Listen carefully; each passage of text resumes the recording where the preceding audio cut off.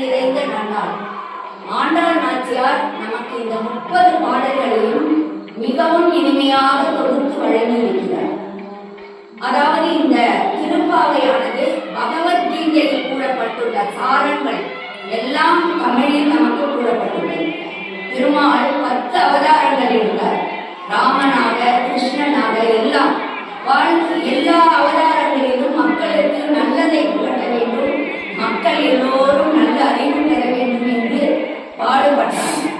ஆனால் யாரும் அது கடைபிடிக்க முடியாததால் பிராட்டியானவர் நமது ஆண்டவரிடம், அதாவது பெருமானிடம் வேண்டியபடி இந்த பூமியிலே பூமி பிராட்டியாக, பூதேவியாக பூமியில் இருந்து கிடைக்கப்பட்டவராக அவதரித்தார்.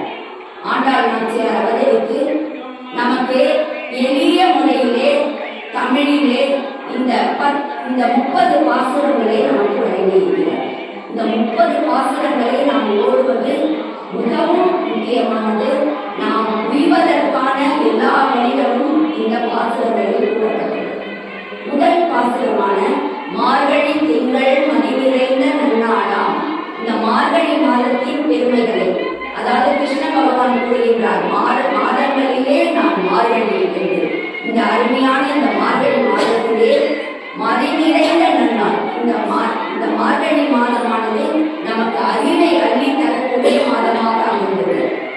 அந்த மாதத்திலே நீராட போதுமீன் போதுமீனோ நீரிழையே, அதாவது தன்னுடைய தோழிமார்களை எல்லாம் ஒவ்வொரு வீடாக சென்று ஆண்டாள் தன்னுடைய தோழிகளை கூப்பிட்டு, நீங்கள் எல்லோரும் வந்து இந்த நோம்பில் கலந்து கொள்ள வேண்டும், எல்லோரும் நன்மை பெற வேண்டும் என்று நீராட போதுமீனோ நீரிழையே.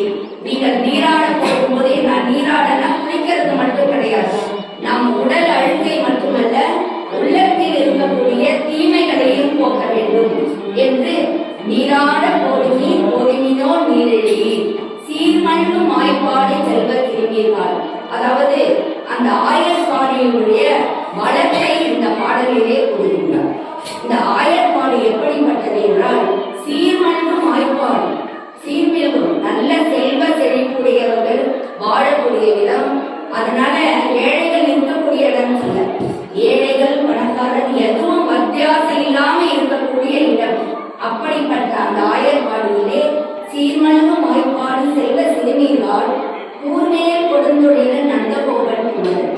இந்த இடத்திலே இருக்கக்கூடிய நந்தகோபனானவர் எப்படிப்பட்டவர் என்றால், ஆயுதங்களை கொண்டிருக்கிறார். எதற்காக அந்த ஆயுதங்கள் என்றால், அதாவது பகைவர்கள் வந்தால் அவர்களை வெல்லக்கூடிய அளவிற்கு அவர்கள் ஆயுதங்களை, அதாவது படை பலத்துடன் வாழக்கூடிய நந்தகோபன் இருக்கக்கூடிய இடம் என்று குறிப்பிடுகிறார். ஏராந்த கண்ணி யசோதை இடம் செல்லும்.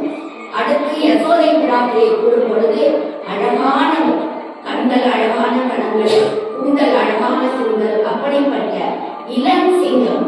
அதாவது இந்த சிங்கம் என்பது எப்படி காட்டுக்கு ராஜா மாதிரி இருக்குதோ, அதே மாதிரி இந்த சிங்கத்தை கண்ணனுக்கு எல்லா இடங்களிலும், இந்த பாசனங்களிலே 30 பாசனங்களிலும் சிங்கத்தை ஒப்பிட்டு கூறுகின்றார். ஏராந்த கண்ணி யசோதை இளம் சிங்கம், யசோதையுடைய இளம் சிங்கம் போன்ற கண்ணனே என்று. கார்மேனு செல்வன் கதிர்மதியம் போடுகிறான். என்னுடைய முகம் எப்படிப்பட்டது என்றால், கதிர், அதாவது சூரிய ஒளிக்கு போன்ற பிரகாசமான முகத்தை உடையவன் என்றும், கார்மேனு செல்வன் கதிர்மதியம் போடுகிறான். அப்படிப்பட்டவன் நாராயணனை நமக்கே படை தருவான். அப்படிப்பட்ட நாராயணன் நாம் வணங்கும் பொழுது நமக்கு கேட்டதெல்லாம் கொடுப்பார், நாம் வேண்டியதெல்லாம் கொடுப்பார் என்றும், நாராயணனே நமக்கே படை தருவான். ஆரோர் புகழ கடைகளோடு என்பாவாய். அதனால நம்ம இந்த 30 பாடல்களையும் பாடும்போது, பார் என்றால் இந்த உலகம் வியக்கும்படி நாம் கண்டிப்பாக வாழ்வோம். அதனால எல்லாரும் இந்த 30 பாசுரங்களையும் ஓத வேண்டும், அல்லது நம் காதாளனாக கேட்கலாம். இதை கேட்பவர்களுக்கும் படிப்பவர்களுக்கும் எல்லா பலன்களையும் அந்த நாராயணன் கொடுப்பார் என்று இந்த முதல் பாசுரத்திலே கூறுகின்றார். அப்படி கூறும் பொழுது இந்த ஒவ்வொரு பாடல்களும் ஒவ்வொரு திவ்ய தேசத்துடன் ஒப்பிட்டு கூறுகின்றார். இந்த பாடல் முதல் பாடலானது பாரோர் புகழ் நாராயணனே நமக்கே